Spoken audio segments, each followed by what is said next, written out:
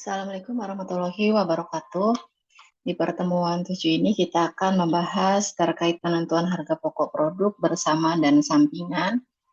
Baik, kita akan bahas satu-satu. Di sini ada pengertian dari produk sampingan, di mana produk sampingan itu adalah suatu produk dengan nilai total yang relatif kecil dan biasanya dihasilkan secara simultan atau bersama-sama ya dengan produk lain yang nilai totalnya itu lebih besar yang disebut dengan produk utama atau main product. Lalu di sini ada asal mula produk sampingan bervariasi, contohnya misalnya itu yang dihasilkan dari pembersihan produk utama seperti gas atau tar ya. Lalu ada dari sisa atau sampah, misalnya dari serbuk gergaji. Terus ada proses persiapan bahan baku sebelum digunakan dalam proses produksi utama. Contohnya misalkan ada pemisahan biji kapas dari kapasnya atau pemisahan biji apel ya dari buah apel. Selanjutnya di sini ada produk sampingan.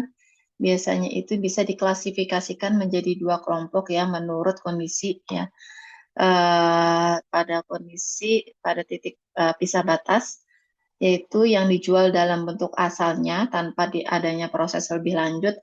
Yang kedua itu yang membutuhkan proses lebih lanjut agar dapat dijual. Di mana pengertian titik pisah batas itu adalah titik di mana produk sampingan, terus ada produk gabungan, dan produk utama itu dapat dipisahkan sebagai unit-unit individual atau sendiri-sendiri ya. Terus selanjutnya di sini ada produk gabungan, yaitu suatu produk yang dihasilkan secara simultan, suatu proses atau serentetan proses umum ya, di mana setiap produk yang dihasilkan dari proses tersebut nantinya memiliki lebih dari sekedar nilai nominalnya. Contoh dari produk gabungan ini misalnya ada industri pengemasan daging, di mana di sini ada berbagai jenis potongan daging dan beberapa produk sampingan yang dihasilkan dari satu hewan potong. Terus ada devariasi mesin ya, dan ada industri yang harus memilah bahan baku sebelum diproses, misalnya ada perusahaan pengalengan buah dan sayuran. Terkait dengan biaya gabungan di sini berarti adalah biaya yang muncul dari produksi secara simultan tadi atau bersama-sama atas berbagai produk yang prosesnya itu sama ya. Nah, di dalam biaya gabungan itu nanti bisa terjadi sebelum titik pisah batas atau split off-nya. Lalu selanjutnya ada metode perhitungan biaya produk sampingan. Ada dua kategori nih. Yang pertama ada biaya produk gabungan tidak dialokasi ke produk sampingan, di mana ini juga mempunyai dua metode. Yang pertama itu dibedakan berdasarkan perlakuannya terhadap pendapatan kotor dari produk sampingan atau dibedakan berdasarkan perlakuannya terhadap pendapatan bersih dari produk sampingan. Lalu kategori yang kedua adalah sebagian biaya gabungan dialokasi ke produk sampingan tersebut dengan metode biaya pengganti atau metode nilai pasar. Oke, kita bahas satu-satu di sini metode pengakuan pendapatan kotor. Pendapatan kotor dari penjualan ini produk sampingannya ditampilkan dalam laporan laba rugi sebagai salah satu dari kategori ini. Bisa diakui sebagai pendapatan lain-lain atau tambahan pendapatan penjualan atau pengurang harga pokok dari produk utama dan pengurang biaya produksi produk utama. Kita lihat ya di sini kalau diperlakukan sebagai produk sampingan sebagai pendapatan lain-lain. Contohnya misalnya ada penjualan produk sampingan sebesar $1.500. Kalau diakui sebagai pendapatan lain-lain, berarti posisinya di sini ya. Dia sebagai penambah laba operasi. Ya, di sini ada 1.500. Berarti laba sebelum pajaknya adalah laba operasi ditambah dengan penjualan produk sampingan. yaitu 3.000 ditambah 1.500 sama dengan 4.500. Lalu yang kedua, jika diperlakukan sebagai tambahan pendapatan penjualan, maka posisinya adalah di sini. Dia menjumlahkan dari penjualan produk utama, yaitu sebesar 20.000, lalu ada produk sampingannya 1.500. Berarti pendapatan penjualannya adalah 21.500. Laba operasinya sama di sini, 4.500, sama dengan metode atau perlakuan sebagai pendapatan lain-lain. Yang ketiga adalah sebagai pengurang HPP dari produk utama. Nah ini ya, harga pokok produk sebagai pengurang HPP, terus di sini ada pendapatan penjualan produk sampingan 1.500. Berarti HPP-nya, karena dia sebagai pengurang, berarti HPP-nya adalah 13.500. Laba operasinya sama, sebesar 4.500. Lalu selanjutnya, jika sebagai pengurang biaya produksi produk utama, di sini posisinya ada di total biaya produksi, ya dikurang pendapatan dari penjualan produk sampingan 1.500. Berarti biaya produksi bersihnya hanya 15.000. Tetapi di sini ada perbedaan hasil laba operasi, yaitu lebih kecil ya dibandingkan ketiga metode pengakuan sebelumnya. Di sini hanya 4.375. Selanjutnya, metode pengakuan pendapatan bersih membebankan biaya yang terjadi setelah titik pisah batas, yaitu biaya untuk memproses maupun memasarkan produk sampingan ke pendapatan produk sampingan. Ya, terus yang ketiga itu metode biaya pengganti, yaitu digunakan oleh perusahaan-perusahaan yang produk sampingannya itu nanti digunakan oleh perusahaan itu sendiri. Nanti adanya produk sampingan itu akan menghilangkan kebutuhan untuk membeli bahan baku yang serupa dari pemasoknya. Lalu yang keempat ada metode harga pasar. Nantinya di sini akan mengurangi biaya produksi dari produk utama ya, bukan dengan pendapatan aktual yang diterima, tetapi menggunakan estimasi nilai produk sampingan pada saat dijual. Nah, di sini nilai estimasinya dari produk sampingan pada titik pisah batas dihitung dengan ada beberapa alternatif. Yang pertama adalah dengan mengestimasi laba kotor dan biaya produksi setelah titik pisah batas dari produk sampingan. Lalu yang kedua, jika produk sampingan memiliki nilai pasar pada titik pisah batas, maka nanti akun produk sampingannya itu akan dibebankan atau dibebankan dengan nilai pasar tersebut, lalu dikurangkan dengan estimasi laba kotor. Baik, kita lihat di sini ada contoh metode harga pasar dalam menghitung biaya produk utama dan produk sampingan. Misalnya di sini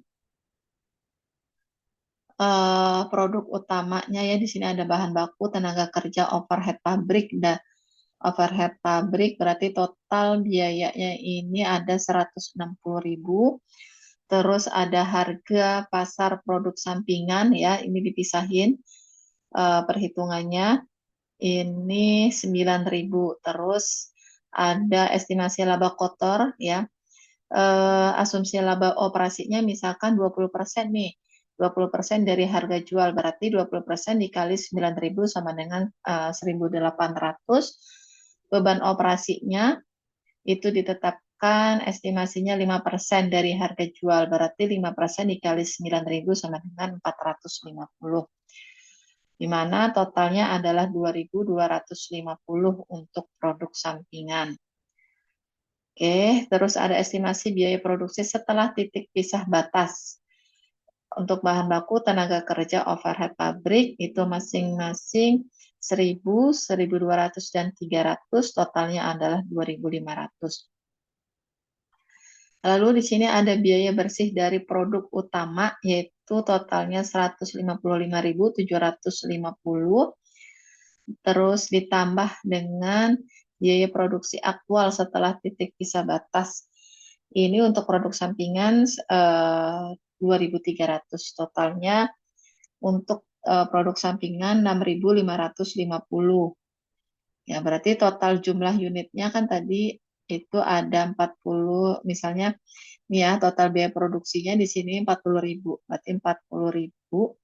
Terus biaya per unitnya didapat dari biaya produksi ya 155.750 dibagi dengan 40 unit. 40.000 unit sama dengan 3,89. Sedangkan untuk produk sampingan biaya per unitnya adalah 6.550 dibagi dengan 5.000. Totalnya 1,31 dolar. Lalu di sini ada metode perhitungan biaya pokok produk gabungan. Biaya produk gabungan terjadi sebelum titik pisah batas yang dapat dialokasi ke produk gabungan menggunakan salah satu metode. Pakai harga pasar, biaya rata-rata per unit, terus rata-rata tertimbang, atau metode unit kuantitatif. Kita lihat misalnya contoh di sini produk gabungan yang dapat dijual pada titik pisah batas. Metode ini menggunakan total harga pasar ya dari setiap produk. Misalnya di sini ada produk gabungan A, B, C, dan D, di mana biaya gabungannya itu sebesar 120.000, kuantitas diproduksi A itu 20.000 unit, terus B-nya 15.000 unit, produk C-nya itu 10.000 unit, D-nya 15.000 unit, terus produk A dijual seharga 0,25 dolar, ya B-nya 3 dolar, C-nya 3,5, dan D seharga 5 dolar. Harga ini merupakan harga pasar dari produk tersebut pada titik pisah batas. Kita lihat di sini perhitungannya untuk alokasi biaya gabungan dihitung sebagai berikut, di mana tadi produk A, B, C, dan D unit produksinya masing-masing 20.000, 15, 10, dan 15.000. Lalu harga pasar per unit pada titik pisah batasnya ini ya masing-masing ya 0,25, 3 dolar, dan 3,5 serta 5 dolar. Ini harganya ambil dari soal di sini. Lalu total harga pasarnya ini dengan mengalihkan unit produksi dikali dengan harga pasar per unitnya. Untuk produk A berarti ini 20.000 dikali dengan 0,25 sama dengan 5.000, produk B 15.000 dikali 3 dolar sama dengan 45.000, dan seterusnya. Total harga pasarnya yaitu 160.000. Lalu rasio nilai produk terhadap total harga pasar, rumusnya harga pasar per produk dibagi total harga pasar dikali dengan 100%. Ya, berarti di sini harga pasar per produk yaitu 5.000 untuk produk A ya. 5.000 dibagi total harga pasarnya 160.000 dikali dengan 100%. Totalnya 3,125%. Begitupun dengan yang produk produk B. Berarti 45.000 dibagi 160.000 dikali dengan 100%. Lalu pembagian biaya produksi gabungannya yaitu dengan cara mengalihkan tadi ya total keseluruhan biaya produksi gabungan yang di soal ini tadi ya diproduksi dengan biaya gabungan sebesar 120.000 dikali dengan rasio nilai produk yang ada di kolom 4 ini. Berarti untuk produk A 120.000 dikali 3,125% sama dengan 3.750. Sedangkan untuk produk B yaitu 120.000 dikali dengan 28,125%. Ya. Lalu selanjutnya pada metode harga pasar dengan asumsi bahwa unit dijual tanpa pemrosesan lebih lanjut, maka setiap produk gabungan akan menghasilkan persentase laba kotor yang sama. Contohnya dengan asumsi tidak ada persediaan awal. Nah, ini dicontohkan ada unit A, B, C, dan D ya untuk penjualannya masing-masing. Untuk produk A 18.000, B-nya 12.000, C-nya 8.000 dan D 14.000. Terus persediaan akhirnya ini ya yang tertera di tabel, total produksinya untuk produk A itu 20.000, B-nya 15.000, C 10.000 dan 15.000. Lalu kita cari nih penjualannya, yaitu dengan cara unit terjual dikali dengan harga pasar per unit pada titik pisah batas. Unit terjualnya misalnya ini ya 18.000 dikali dengan harga pada unit titik pisah batas tadi 0,25 ya untuk produk A. Berarti 18.000 dikali 0,25 sama dengan 4.500. Sedangkan untuk yang produk B itu unit terjualnya 12.000 dikali harga pasar per unit yang ini ya, dikali dengan 3. Totalnya 36.000 dan seterusnya. Terus untuk biaya produksi ini ya diambil dari tabel yang ini tadi yang kita buat sebelumnya yang merah, tinggal dipindahkan. Terus dikurangi persediaan akhir. Persediaan akhirnya unit persediaan akhir dibagi total produksinya berapa dikali dengan biaya produksi. Berarti yang ini unit persediaan akhirnya adalah 2.000 ya dibagi dengan total produksinya 20.000 dikali dengan biaya produksinya 3.750 didapat nilai 375. Sama perhitungannya untuk produk B, C, dan D. Harga pokok penjualannya yaitu dengan cara mengurangi biaya produksi dikurangi dengan persediaan akhir ya yaitu 3.750 dikurangi 375 dikurangi 375. Jadi total HPP-nya adalah 3.375. Lalu untuk mencari laba kotornya untuk masing-masing produk yaitu penjualan dikurangi dengan HPP-nya. Ya, penjualan berarti 4.500 dikurangi dengan HPP 3.375 sama dengan 1.125 ya. Perhitungannya sama dia dengan B, C, dan D. Baik, kita lanjut. Di sini ada produk gabungan yang tidak dapat dijual pada titik pisah batas. Produk yang tidak dapat dijual di titik pisah batas memerlukan pemrosesan tambahan sebelum dapat dijual. Ini di sini ada rumus untuk harga pasar hipotesisnya, harga pasar final dikurangi dengan biaya pemrosesan tambahan. Kita lihat ya di sini contoh soalnya, misalnya di sini untuk produk A, B, C, dan D, harga pasar per unitnya adalah seperti yang tertera di tabel.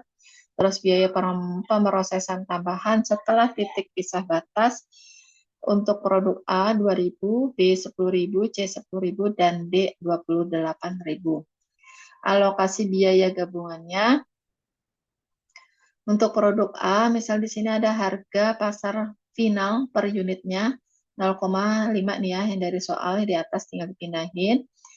Terus unit produksinya ya masing-masing itu adalah 20.000, 15.000, 10.000, dan 15. Harga pasar finalnya di sini yaitu dengan mengalihkan harga pasar final per unit dikali unit produksi. Berarti 0,5 dikali 20.000 untuk produk A berarti itu 10.000. Biaya pemrosesan tambahan nih yang ada di tabel ini, kali pindahin ya 2.000. harga pasar hipotesisnya dengan cara mengurangkan harga pasar final dikurangi dengan biaya pemrosesan tambahan, yaitu 10.000 dan 10.000 dikurangi dengan 2.000 sama dengan 8.000.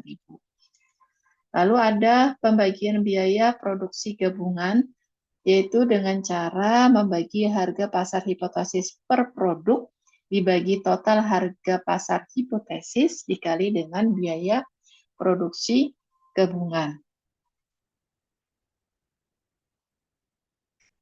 Ya, ini didapat harga pasar hipotesis per produk untuk produk A misalnya ya, ini ada 8.000 dibagi dengan total harga pasar hipotesisnya yaitu 200.000. 8.000 dibagi dengan 200.000 dikali dengan biaya produksi gabungan yaitu $120 ya, sama dengan 4.800. Lalu total biaya produksinya dengan cara menambahkan pembagian biaya produksi yang 4.800 ditambah dengan biaya pemrosesan tambahan 2.000.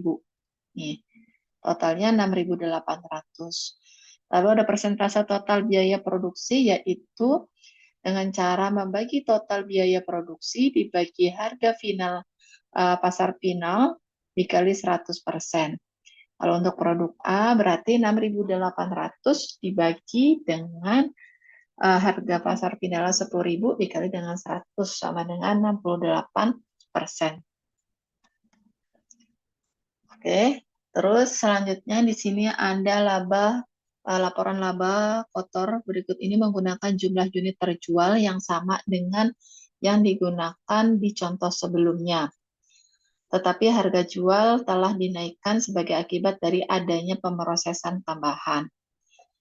Ya, misalnya di sini penjualan ini sama ya tetap. Terus penjualannya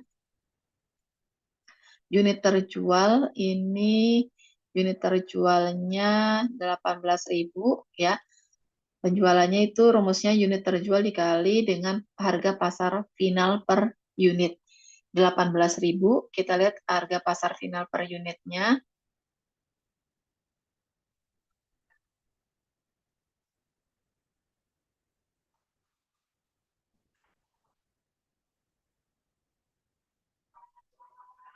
Oke, dikali dengan 0,5 ya di sini. Nih, harga pasar final per unit 0,5 untuk produk A berarti 18.000 dikali 0,5 sama dengan 9.000. Untuk yang B 12.000 dikali dengan 5 ya, yang di sini berarti 60.000. Yang C dan D sama perhitungannya. Terus di sini harga pokok produksi ada biaya produksi gabungan, terus ada biaya pemrosesan tambahan. Nah, ini 4.800, 39.000 diambil dari yang ini ya. Oke. Terus biaya pemrosesan tambahan juga diambil dari soal yang sini. Ya, tinggal dimasukkan, terus total biaya produksinya tinggal ditambahkan aja. Lalu ada persediaan akhir, yaitu unit persediaan akhir dibagi total produksi dikali dengan biaya produksi. Unit persediaan akhir untuk A 2.000 dibagi 20.000 dikali dengan biaya produksinya. Ya, yaitu 6.800 didapat angka 680. Harga pokok penjualannya berarti 6.800 dikurangi 680 sama dengan 6.120.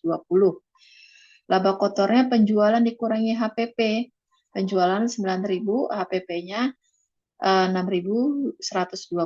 Sisanya 2.880 ya. Gitu. Perhitungannya sama produk A, B, C, dan D. Lalu di sini ada metode biaya rata-rata per unit ya, yaitu dengan cara membagi total biaya produksi gabungan dibagi total jumlah unit produksi.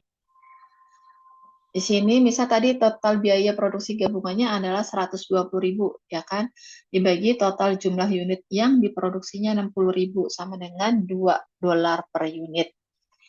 Terus produk A, B, C, dan D ini unit produksinya ya. Terus pembagian biaya produksi gabungan, unit produksi dikali biaya rata-rata per unit, berarti 20.000 dikali dengan ini biaya rata-rata per unitnya 2, 40.000. Berarti untuk produk A 15.000 dikali 2, 30.000 dan seterusnya. Lalu ada metode rata-rata tertimbang. Nah, di sini menggunakan faktor pembobotan yang diberikan ke setiap unit sebagai dasar untuk mengalokasi biaya gabungan. Dasar alokasinya barang jadi dari semua jenis dikali faktor pembobotan, di mana nanti faktor pembobotannya itu didasarkan pada atribut seperti misalnya ada ukuran unit produksinya, terus tingkat kesulitannya, ya. Oke, kita lihat contohnya, misal di sini ada produk A, B, C, dan D, di mana faktor pembobotannya masing-masing 3 poin, 12 poin, 13,5, dan 15 poin. Menggunakan data yang sebelumnya, alokasi biaya gabungan dengan metode rata-rata tertimbang adalah sebagai berikut. Nah, ini unit produksinya ya sama dengan soal sebelumnya, terus ada poinnya tadi, poin pembobotan yang dari ini slide sebelumnya ya. Nih. Terus rata-rata tertimbangnya tinggal dikali nih unit produksi dengan poin pembobotan. Misal untuk produk A 20.000 dikali 3 yaitu 60.000, produk B 15.000 dikali 12 180. Biaya per unitnya yaitu total biaya produk gabungan ya yaitu 120 nih ya dibagi total rata-rata tertimbangnya yaitu 600.000 sama dengan 0,2. Pembagian biaya produksi gabungannya yaitu dengan cara mengalihkan rata-rata tertimbang dikali dengan biaya per unit, yaitu 60.000 dikali 0,2 sama dengan 12.000 untuk produk A, produk B-nya 180.000 dikali 0,2, 36.000 dan seterusnya. Lalu di sini ada metode unit kuantitatif, adalah metode yang mengalokasikan biaya gabungan berdasarkan satuan pengukuran yang sama, misalnya pada galon, ton, atau meter persegi ya. Terus di sini contohnya misalkan yang menggunakan metode kuantitatif dengan menggunakan berat sebagai dasar alokasi biaya gabungan dengan asumsi biaya batu bara adalah sebesar 40 $40 per ton. Oke, kita lihat di sini. Misalnya ini ya produknya ada arang, batu bara, benzol, amonia, sulfat, gas, dan limbah. Distribusi limbah ke produk yang dihasilkan yaitu dengan cara membagi produk yang diperoleh per ton batu bara dibagi total berat produknya yaitu 2000 dikurangi dengan berat limbahnya. Berat limbahnya adalah 100 ya. 2000 dikurangi 100 dikali dengan berat limbahnya 100. Berarti didapat 69,47. Terus ada bobot produk yang dihasilkan setelah revisi yaitu dengan cara menambahkan ya. Nomor 1 dan nomor 2 berarti produk yang diperoleh per ton batu bara 1.320 ditambah dengan distribusi limbah yang ke produk yang dihasilkan yaitu 69,47, totalnya 1.389,47. Didapat biaya per produk per ton batu bara yaitu dengan cara membagi bobot produk yang dihasilkan setelah revisi dibagi total bobot setelah revisi yaitu 2000 ya dikali dengan biaya per ton batu bara. Misalnya untuk produksi arang berarti ini 1.389,47 dibagi 2000 dikali dengan biaya per ton batu baranya.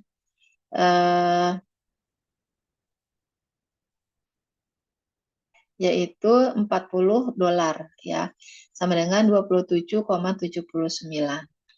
Oke. Baik, cukup sampai di sini pembahasan materi hari ini. Saya ucapkan terima kasih. Wassalamualaikum warahmatullahi wabarakatuh.